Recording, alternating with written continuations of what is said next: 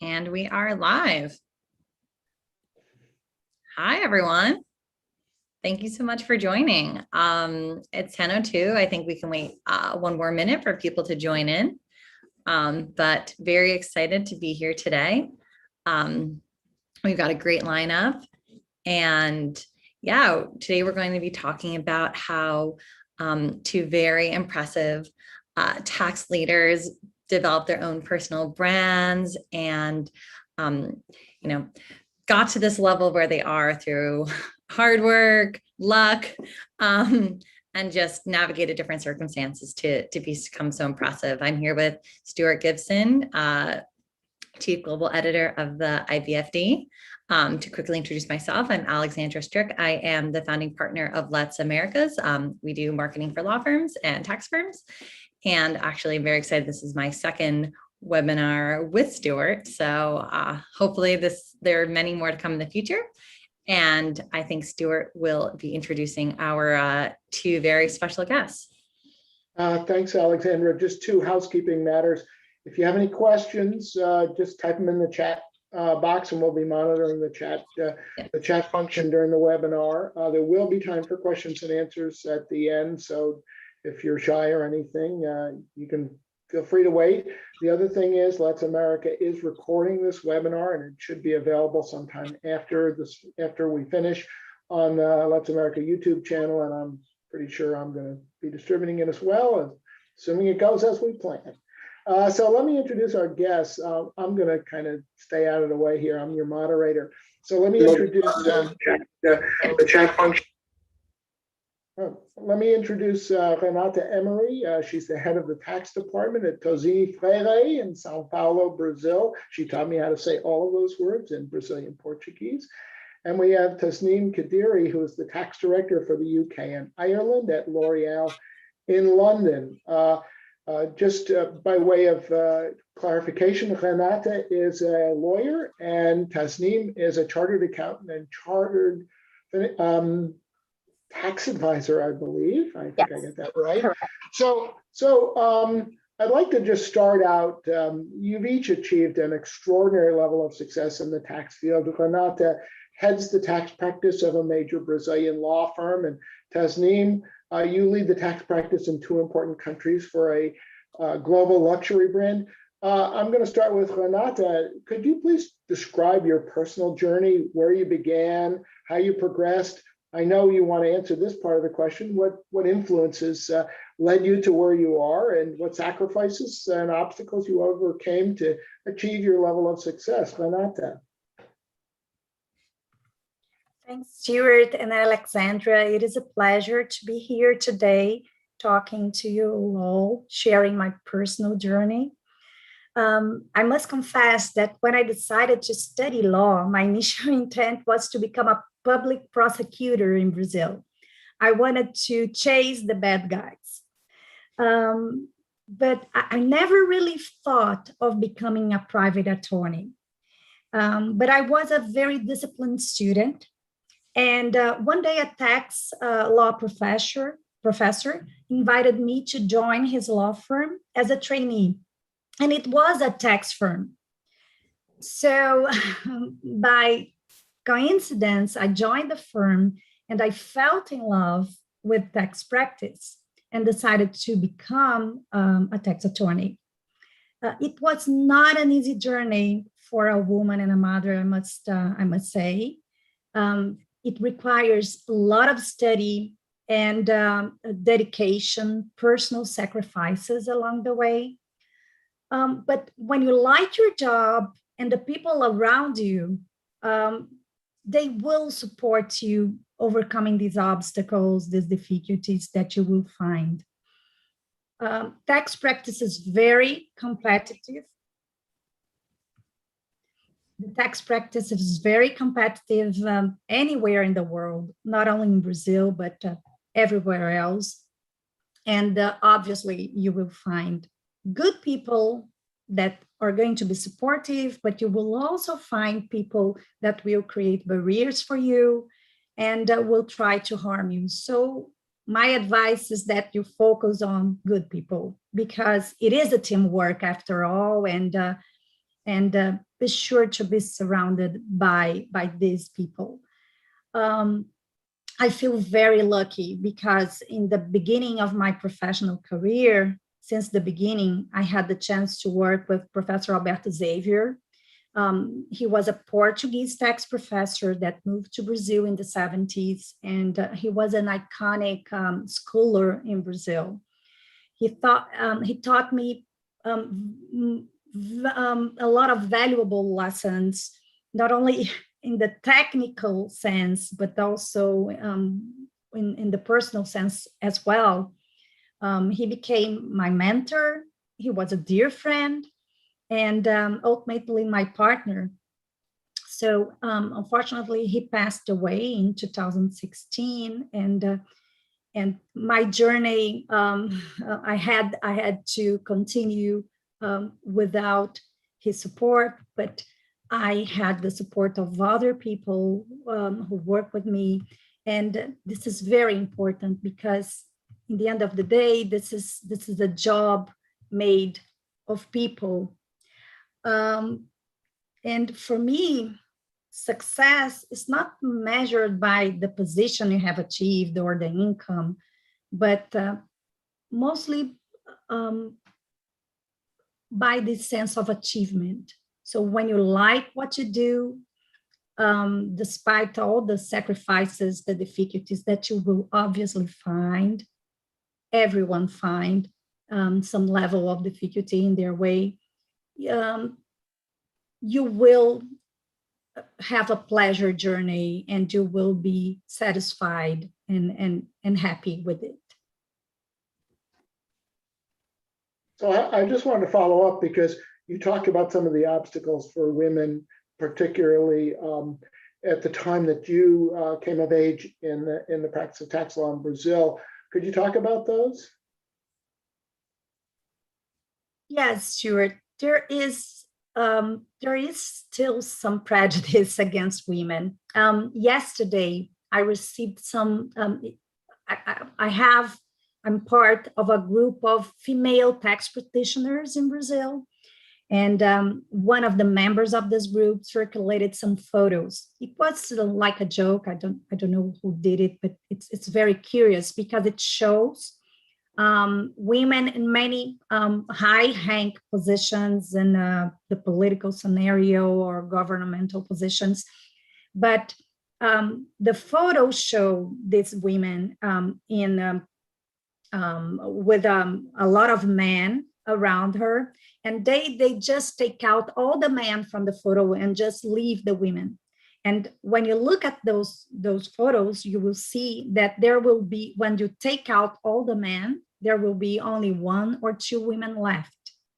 This shows that although we have evolved a lot in the gender equality issue, there is still a long way to go forward in these matters. So you can imagine, I live in Brazil, which is a Latin American country, and in Latin America, the machismo is still very strong. So you can imagine the kind of obstacles women face in Latin American countries, and I'm no exception to that. Thank you for sharing that, Renata. Tasneem, could you talk about your personal story, how you ended up where you are, and you come from a little different perspective, not only your background in tax, but also your profession as an accountant, and also a little different culture, I assume, in the UK than it is in Brazil. Yeah. Brilliant. Thank you so much, Stuart and Alexandra, for hosting this for us, and great to see everyone on this talk. So in terms of my journey, I started off, I wanted to do my chartered accountancy, so I knew I wanted to go into auditing. I started off my journey in a small accountancy firm. And in a way, I was really fortunate to have done that because I got a flavour for tax very early on in my career. And what I realised was that's the part of my job that I really loved. I really loved the parts that involved tax. I had a real passion for it in the early stages of my career. I then moved on to a medium-sized accountancy firm. And again, I still did some tax there. And that's when I decided that tax was my passion and I wanted to specialize in it. I was very fortunate for a tax opportunity to come along. And that's when I decided to specialize into tax. In terms of obstacles in my career, so you mentioned that, Stuart, I think, aligned to what Renata said, being female, and also for me, intersectionality really comes into it, being a mum of 2 kids, also being from an ethnic minority background. For sure, it was much harder for me to get to like the level I did. And there were lots of obstacles along the way, things like, judgments made because I was a working mum.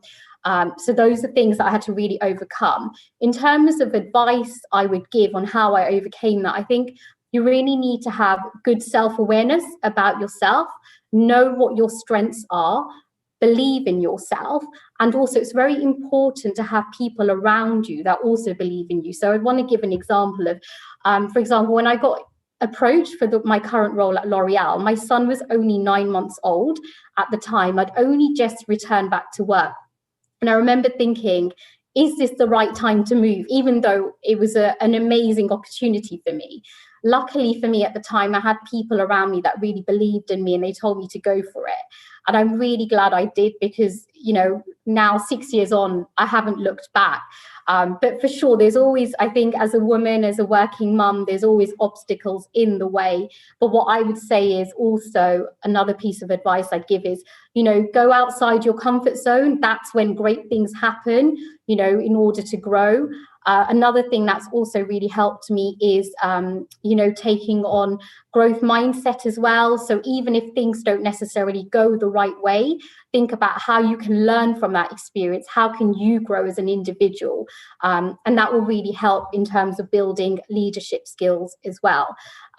Another point, I think, echoing what Renata said is, I was also really fortunate to have had really good mentors as well along the way. And I think mentors can really help women, especially working mums. So yeah, that's another piece of advice I'd give as well to the audience. I want to follow up on something you just said. And I think the word mentorship is sometimes misunderstood and misused a lot. I took a continuing legal education course a few years ago, and one of the instructors was a woman who was talking about why is it so hard for many women to move up the ranks in law firms and in accounting firms. And she pointed out something that I thought was really interesting, which was the difference between a mentor and a sponsor. That is, yes. A mentor is somebody you can go to who will say, hey, revise your resume this way, or take this meeting, or you should maybe get to know this person better. A sponsor is somebody who's going to be your advocate within and outside the organization. And I think it's really important for people who are watching this to understand the difference, because one of the things that this woman shared with us, and I can't even remember, her name was like 10 years ago. And she said, many men look for sponsors and many women in the workplace look for mentors. Yes. And it's to me, it's one of the obstacles that women have to overcome in order to advance within an organization. Because it's one thing to get advice. It's another thing to have somebody pushing you, supporting you, not just giving you advice. So I wanted to follow up on that. And that kind of leads to my next question, because it would be helpful along your journey. You successfully presented yourself to clients. I mean, and to other people. I know that you work in a little different spheres, but Renata, could you talk about how you present yourself? Because one of the themes of this webinar is building your tax brand. And so how do you go about presenting yourself successfully to clients, to potential clients?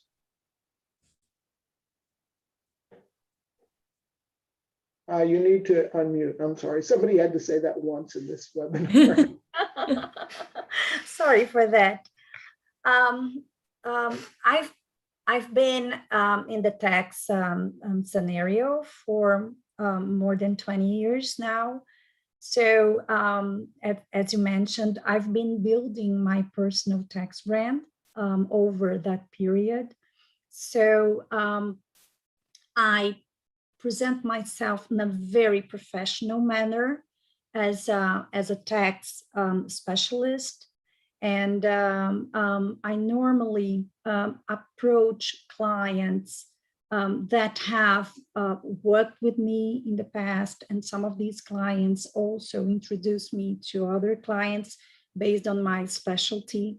I do a lot of international taxation, and that opens a lot of doors for me. So when I present myself to clients, I always present it in a very professional way, talking about tax matters, and try to show them my expertise, my knowledge.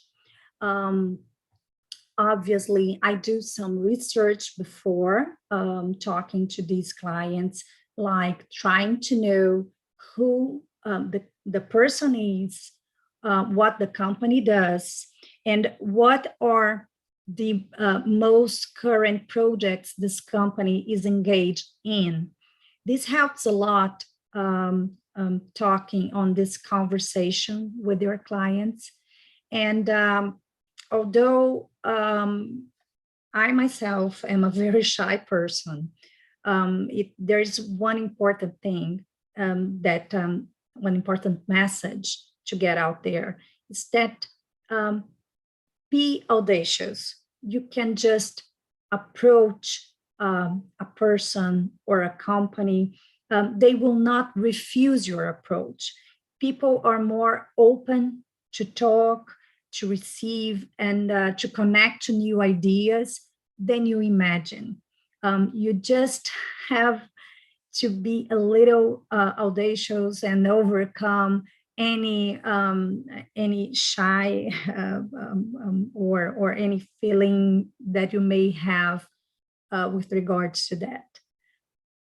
That's very helpful, Renata. You remind me of an expression we have in the United States about education, and we say in public education, they don't care how much you know until they know how much you care.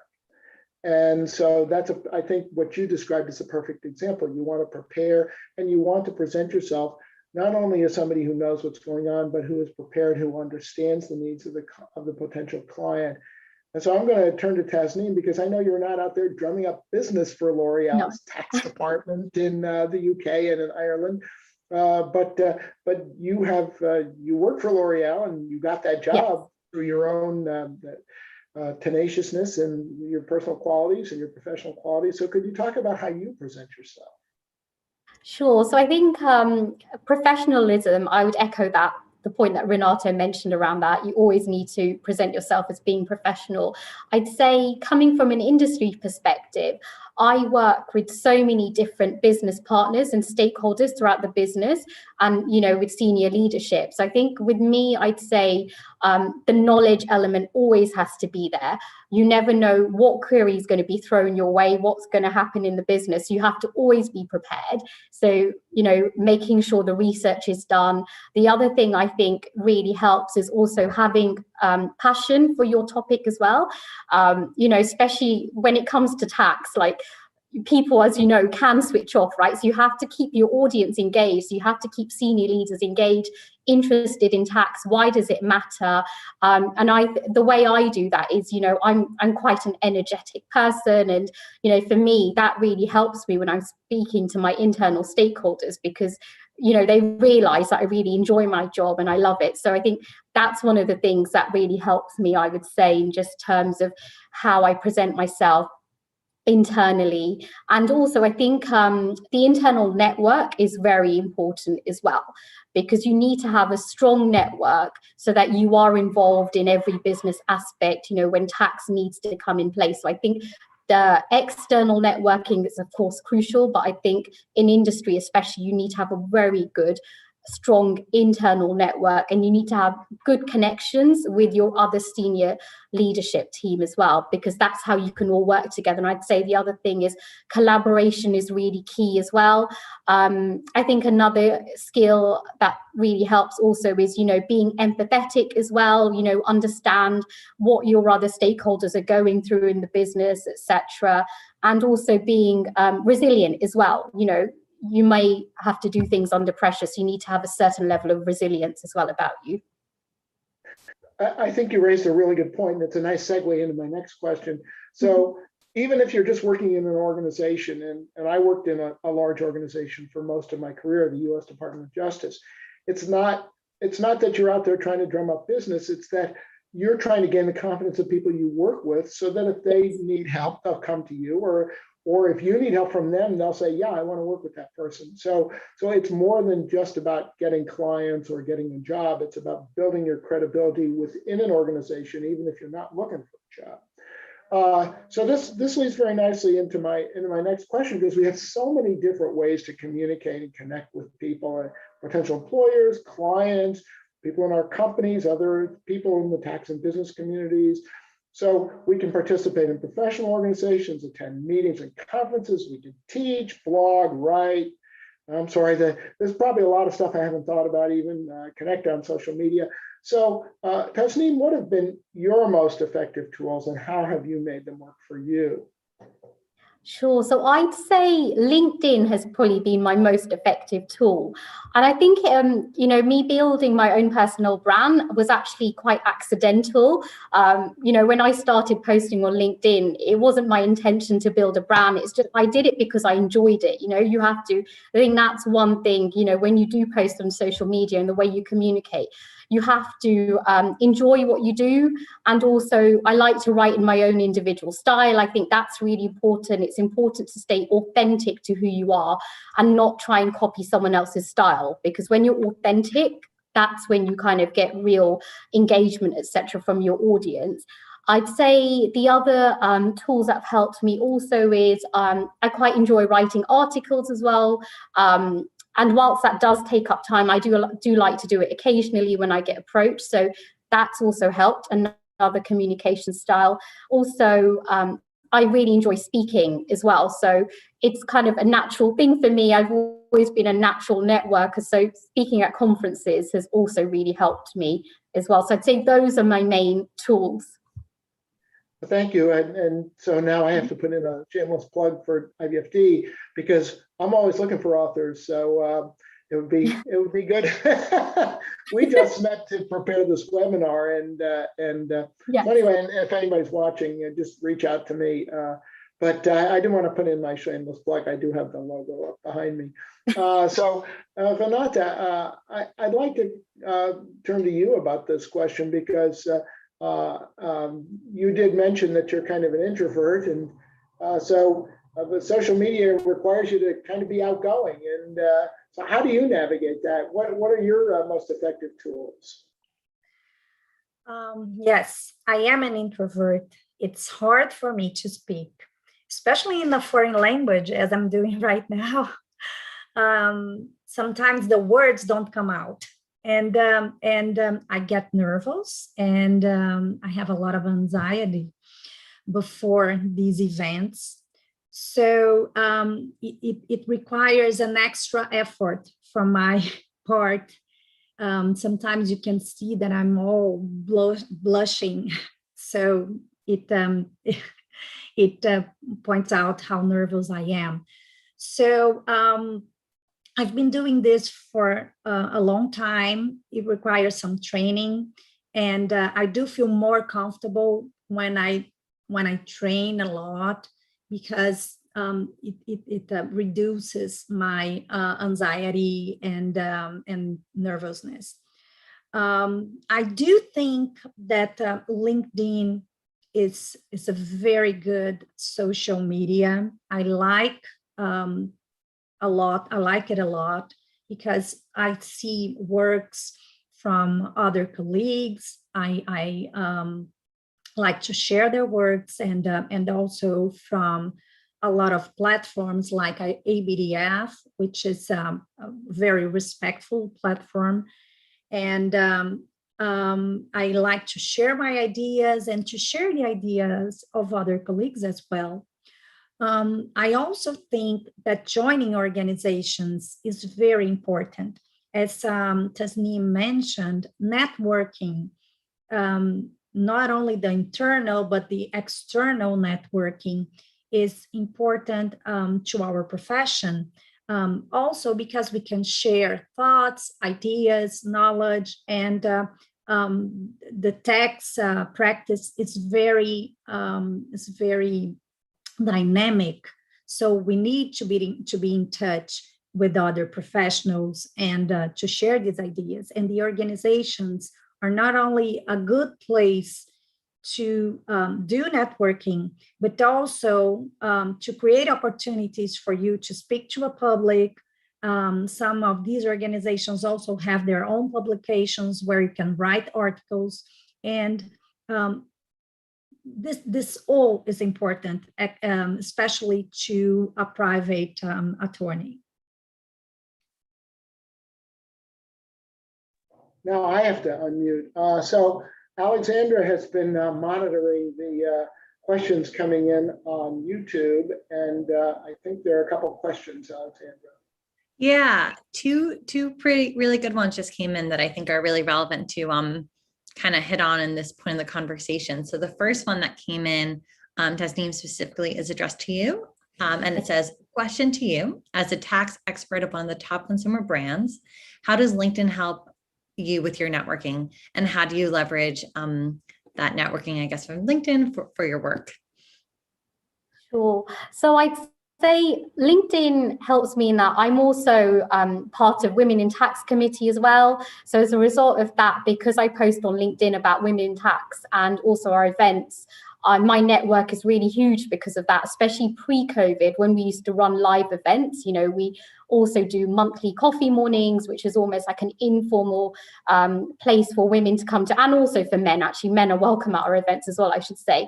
But that's really helped me in my network. And then specifically to my linking specifically to my role at L'Oreal, I think, you know, by posting on LinkedIn and having such a huge network, you know, I have a good network of other heads of tax, people who I can go and speak to, etc. So to give an example, when I took on this role at L'Oreal, you know, I mentioned my son was very young, it's my second child, so it was quite big jump for me.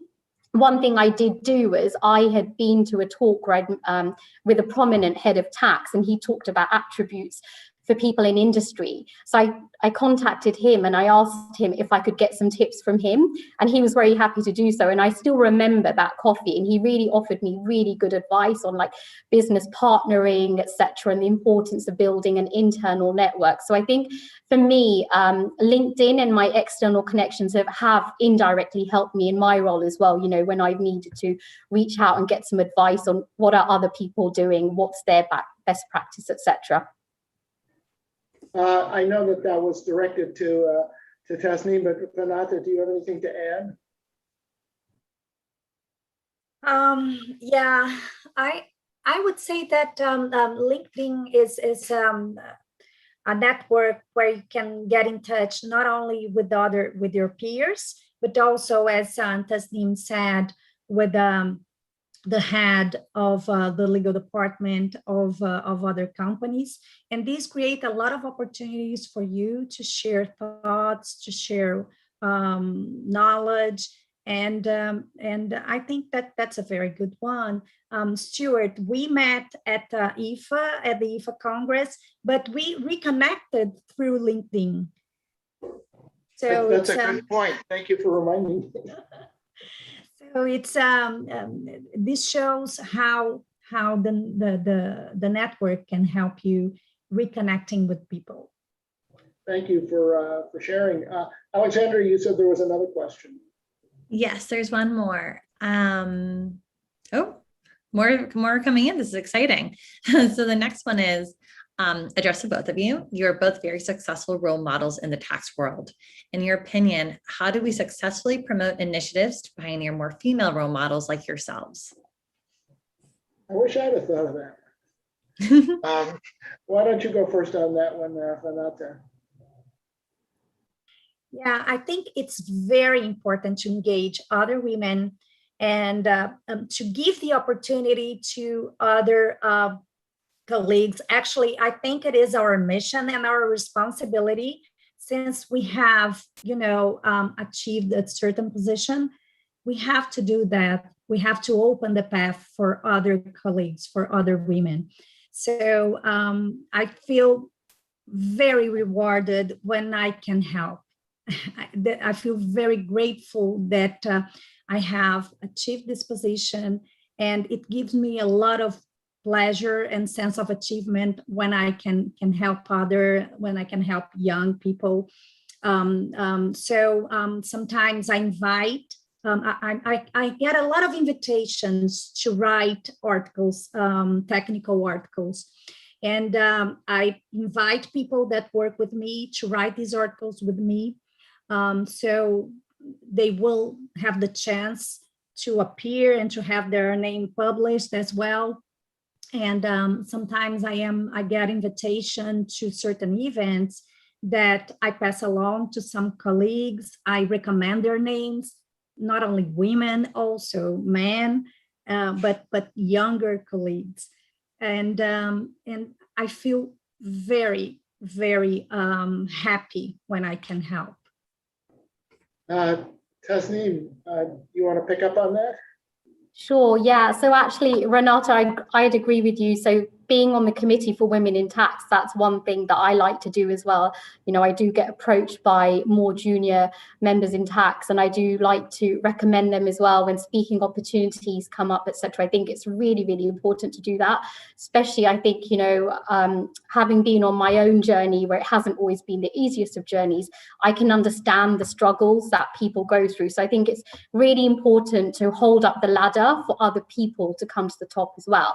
The other point I would say is, I think one really critical thing that we need to make sure we achieve in order to get gender equality in tax, and we still have a very long way to get to that level, is we need more male allies. I'm a real believer in having male allies to help women. I personally have benefited from that, from my previous mentor here. He was a fantastic male ally for me.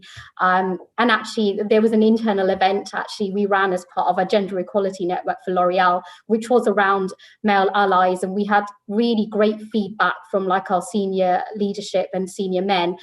So I think, it's about men being on this journey. The other thing I'd also say is that we also need to, it's very much a societal problem. So we also need to help men as well. We need to help working dads, etc. Because until we get to a stage where men are also comfortable to go and pick up their kids from school, and also, say, actually, I need to leave early because I've got an appointment for my child. We're never going to get to true gender equality. So we need to also be mindful about, yes, it's very much that, at the moment there's an imbalance. We haven't got enough women at the top. But in order to get that, we also need to get more working balance for working dads, so that it also helps working mums as well. Wow, now I really wish I had asked that question. I want to go back to Alexandra for a second, but I did want to follow up, because we've been talking about how to effectively use social media plus other ways of connecting. And Renata and I, it is true, we met in person at IFA London back in 2019, but we've also stayed in contact through LinkedIn and through other social media. So we've talked about what you should do. I think we'd be remiss if we didn't talk about what you shouldn't do. There's obvious stuff about, offensive things normally, but there's other things that you should try to avoid when you're networking, when you're connecting. So could you talk about that, Renata? That's a very important one, Stuart. On the other day, I saw a post from an important professor, and this professor was criticizing other professors because of their rudeness, and that they were not respectful. So one thing, I think we should always be respectful to everyone. And you gotta be very careful with what you write or what you say, because maybe it's not your intention, but the wrong words may harm others. So you have to be very responsible with what you write, and remember that this will stay in the in the internet. I think try to say good things always, but refrain from criticizing or judging or showing any prejudice. This will not help anyone, actually. Actually, prejudice is the most, I don't know if this word exists, this destroyer force in the world. Destructive, yes. Destructive, thanks, force in the world. It destroys, thank you. It destroys dreams, it destroys careers, it destroys lives. So respect is the most important idea, is the most important message that we have to get out there. Well, I think that those are wise words. I learned many years ago, there's a mantra, praise in public, criticize in private. And I think that applies in social media as well. Would you like to piggyback on that, Tasneem? Yes, yeah, I fully echo that. I think, everything I would say you post should be very much positive. Anything kind of negative should not be said on social media. Also, one other piece of advice I'd give is, even though obviously we do post in our own names, but always be mindful also of your employer as well when you are posting things. Because you need to be aware of what their values are, etc. And anything you put on social media is permanently there. So always be mindful of that. I'd say just avoid anything that could be sensitive, etc. And echoing Stuart what you said, and Renata what you said as well, like don't post any criticism on social media. That's more, if you disagree with somebody, that's more a conversation on one-to-one with someone. It's not, social media is, I don't believe, is a platform to engage in those sort of discussions. It doesn't help you and it doesn't help the other person. So thank you for sharing. Alexandra, do we have something else coming in terms of the viewers, in terms of questions? Yes, questions are piling in. I'm so happy about it.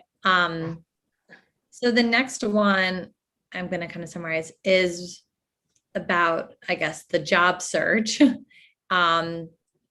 both have very international careers. And I think it's really asking, in summarization of this question, how you kind of go about landing these more global with positions where you're working on global teams and working with, people of different countries, etc. Especially with L'Oreal, I'm sure we're doing UK and Ireland has a lot of really interesting international components. And Renata, international taxation. We're going to mix it up. Go to Tasneem first. Sure. So I think I was very fortunate in that, I got approached for this role. But I'd say in terms of if someone is looking for a role, etc., how does one go about it? I guess, you need to understand, like, where is it you want to work? Do you have a particular firm you'd like to work for? Is there a particular industry type you'd like to work for? And then once you've decided on that, then look within your network. Do you have anyone in your network who works in those organizations, or could you maybe approach the organization directly, like contact HR, etc.? And then obviously obvious route is recruitment consultants, but just also think outside of the box and look at increasing your network as well to see where you might want to go. And also when you are looking for a role, I'd say it's really important to know what is your passion, what drives you, what values do you have, does the organization you're looking at, does it, match all of those values? Is it going to satisfy you personally as well? Thank you. Renata. As a Brazilian attorney, I must say that speaking a foreign language will open a lot of doors for you to have a more international work. And this holds true, I would say, for most, at least Latin American countries. So speaking English, which is taught in many schools in Brazil and in other Latin American countries, will not suffice for you to achieve a level of fluency. It will require that you do more effort and more work on that, but it will most certainly open a lot of doors for you out there. In my case, I also always enjoyed international taxation, liked a lot, and I was very fortunate, like Tasneem, because I started working with Professor Alberto Xavier when I was very young, and he was, the #1 practitioner in Brazil in the field of international taxation. So I had the opportunity to work a lot in international tax matters and in cross-border projects. And these gave me the right opportunity to meet people in the field and from other countries, other law firms in different countries. And that's at least from my viewpoint, a very, what created to me all these opportunities. Thank you so much for sharing that. I do want to move on to our next question because this time is flying and I'm really enjoying this conversation, but we've been talking a lot about how you network and how you build your brand and how you build your business. But there's an old expression, at least when I was growing up, it was man does not live by bread alone, but it's people don't live by bread alone now. So you've both managed to create successful careers and brands, but you haven't neglected your life at home, your life outside of work. So how do you make time for personal growth, family and leisure activities? You're both mothers. How do you give back? How do you make time to give back to your respective communities? How do you get that balance that sustains you? I'm going to go to Renata. That's a very hard one. So let me tell you, I do draw a very strict line between work and family. This line is getting thinner with the pandemic because with the pandemic, the work invaded our homes. But I always separate time to be only with the family. I don't work during weekends, at least not if I can just refrain from working during weekends. Weekends are for my family only. I also have, some time with my kids during the weekdays, like in the mornings, I take them to school. And in the end of the day, we always have dinner together. This is a very important time of the day because I get to be with the kids and to discuss their days, to just to be aware of what they have done, what are their main issues and the things they're facing. So I think it's very important to separate your personal life from your professional life and to have a specific time to spend with your family and to do things with them. And this will reward you with a closer connection with your kids and husband and all of that. Thank you so much for sharing that. So how do you maintain that balance, Tasneem? I know you have children at home too. Yeah, sure. So I think the way I maintain that balance is I like to be quite structured in my day. I'm a real early riser, so I like to start work super early, and I find, it's nice and quiet at that time. I can get a lot done. That's when I'm the most productive as well. I'm very much a morning person. So my biggest the thing that helps me most is starting early. The other thing I'd say is, I do also like to compartmentalize as well, like as Renata, you mentioned as well, like, having clear boundaries for work and family. So in the evenings, I make sure I'm there for my kids. I also like to have dinner with my kids, spend time with them doing their homework, finding out how their day was, etc. The other thing I think is, I find being agile really helps me as well. Being agile in terms of my priorities. So I try and reprioritize daily, depending on what's happening in the business, etc. The other thing I'd say is crucial for, work-life balance is having that self-care element there is really important. So I like to meditate as well. I find that really helps me. Sometimes I will just do like a really short 10-minute meditation, and it just kind of just helps to just relax me, calm me, etc. And also I think diet and exercise play a really big part for me as well, in terms of, making sure there is that balance. The other thing I think is also important to have that balance is also figuring out, what energizes you. So one thing that helps me, maintain my productivity levels is arranging kind of ad hoc virtual coffee catch-ups with people who, I know I get on really well with, and, we bounce off each other, we give each other energy, etc. So those are a few of the things that I like to do to help get balance. Thank you so much for sharing that. I will say that it's been a real challenge during the pandemic, because Yes. I like to have those individual coffee meetings too.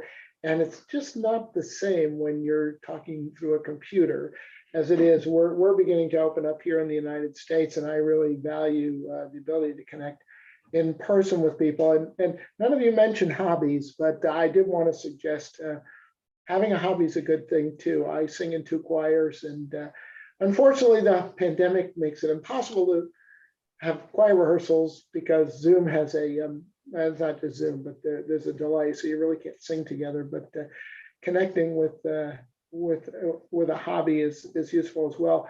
I want to go back to Alexandra before we wrap up. Did we have any other questions come in, Alexandra?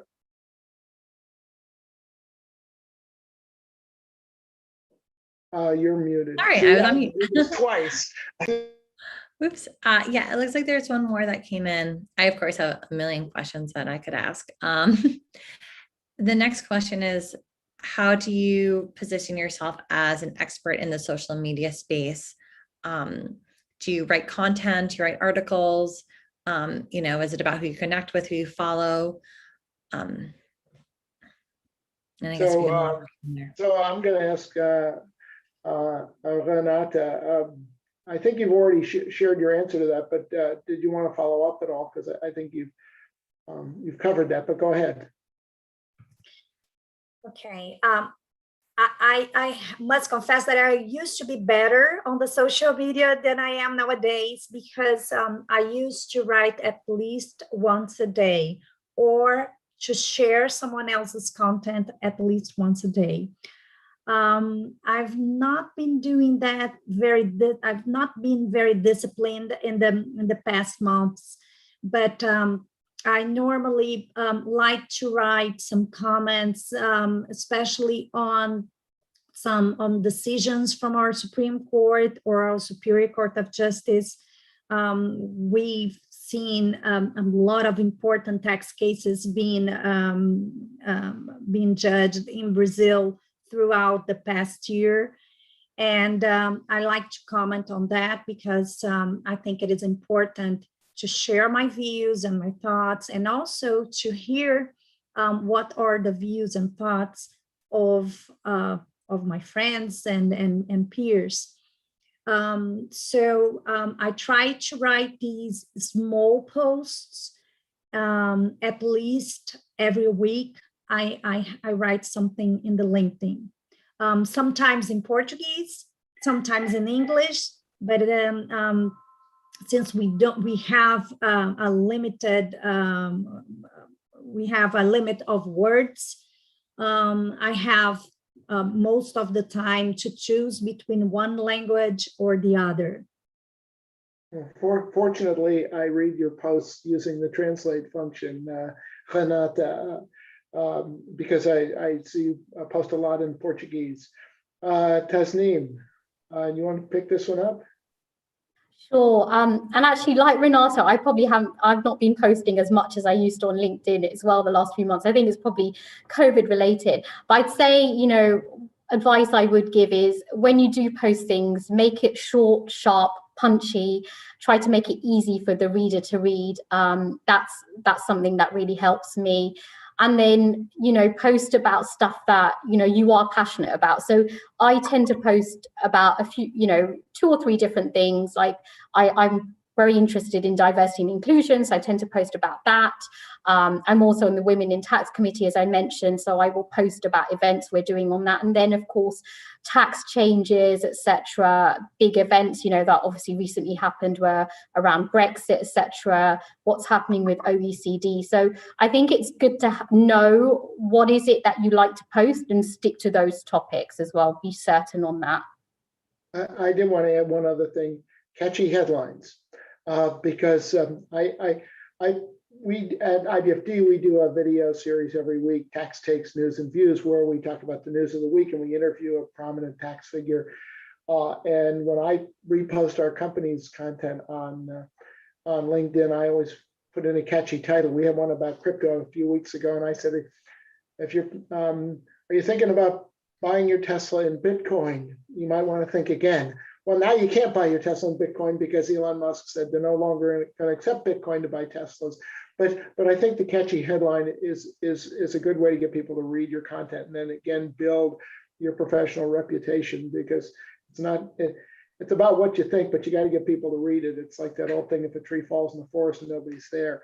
So I wanted to just close with this one, and I know you've shared some advice at the very beginning, but you both have such interesting stories. I think we could probably talk about this for another hour. No, I'm not going to do that. So if you could give our viewers just one piece of advice to help them on their personal and professional journeys, what would that be? And I'm going to call on Tasneem first. Sure.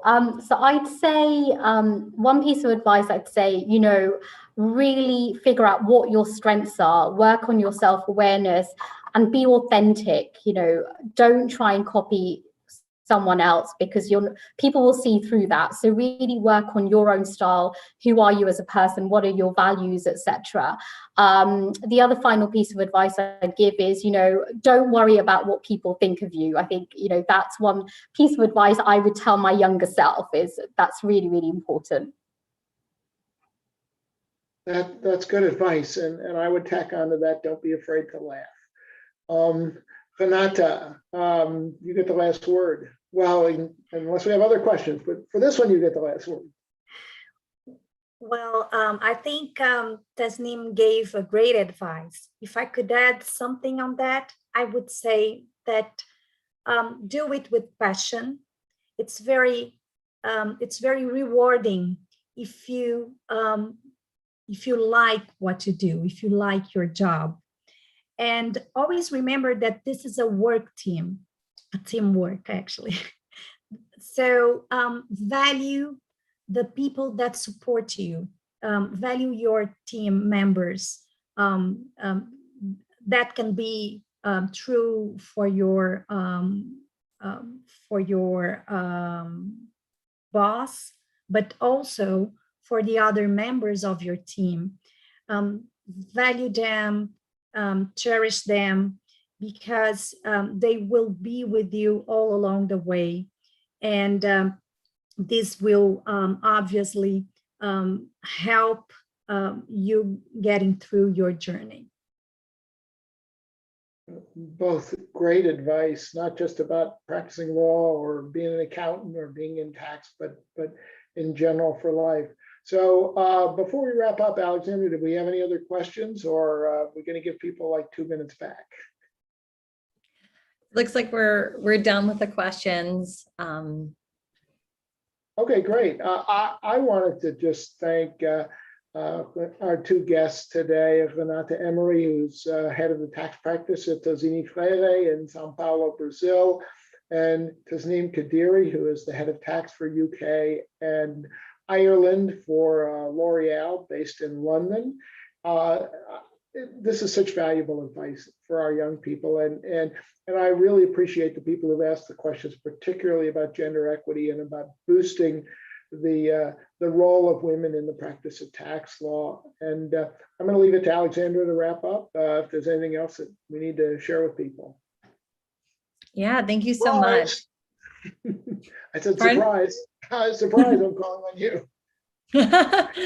No, I mean, thank you so much, Tasneem, Renata, Stuart. This was such a pleasure. Your stories are so inspiring.